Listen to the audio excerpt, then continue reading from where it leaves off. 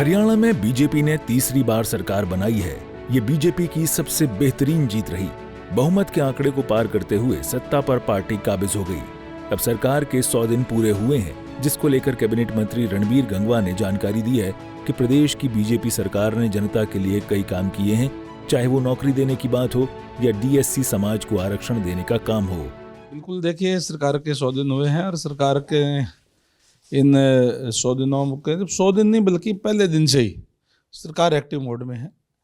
और जैसे ही हमारे मुख्यमंत्री आदरणीय नायब सैनी जी ने, पूरे मंत्रिमंडल ने शपथ ली, हमने 25,000 युवाओं को बिना खर्ची बिना पर्ची के घर बैठे हुए मंच से नीचे उतरने से पहले उनको सिलेक्शन लेटर भेजने का काम किया। क्योंकि हमने कहा था कि हम 2 लाख युवाओं को बिना पर्ची बिना खर्ची के नौकरी देने का काम करेंगे और उसकी शुरुआत उसी दिन से कर दी।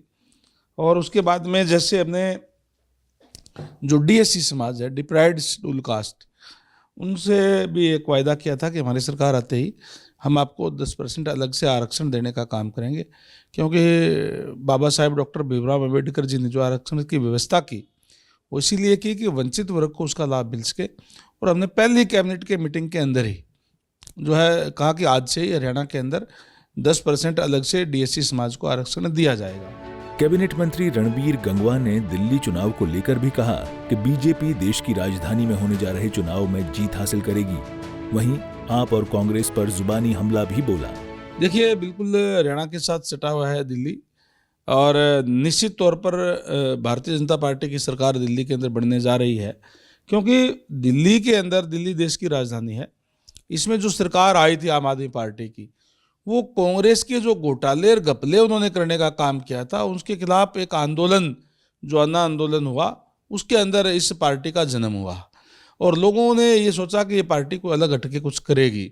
लेकिन आज अगर आप देखेंगे तो जहां केजरीवाल जी पे, उनके तमाम जो मंत्रिमंडल के सहयोगी है, उन पे करप्शन के आरोप है, कोई जेल के अंदर है, कोई बेल पे है, इस तरीके का है। और दिल्ली के लोग भी अपने आप को एक ठगा सा महसूस कर रहे हैं। क्योंकि जिस कांग्रेस के घपलों के खिलाफ उन्होंने दिल्ली के अंदर इस पार्टी का गठन हुआ था, उसी कांग्रेस के साथ लोकसभा में उन्होंने हाथ मिलाने का काम किया।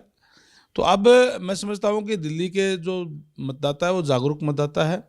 डबल इंजन की सरकार यहाँ बनाएगी। आज आम आदमी पार्टी की सरकार दिल्ली के अंदर है। आपको बता दें कि हरियाणा में ऐतिहासिक जीत हासिल करने के बाद अब बीजेपी की नजर दिल्ली चुनाव पर टिकी है। दिल्ली में होने जा रहे चुनाव को लेकर बीजेपी ने कमर कस ली है। हालांकि अब थोड़े समय बाद ही साफ हो जाएगा कि क्या हरियाणा के बाद दिल्ली की कुर्सी पर भी बीजेपी काबिज होती है। दिल्ली से सूर्या समाचार के लिए विनय सिंह की रिपोर्ट।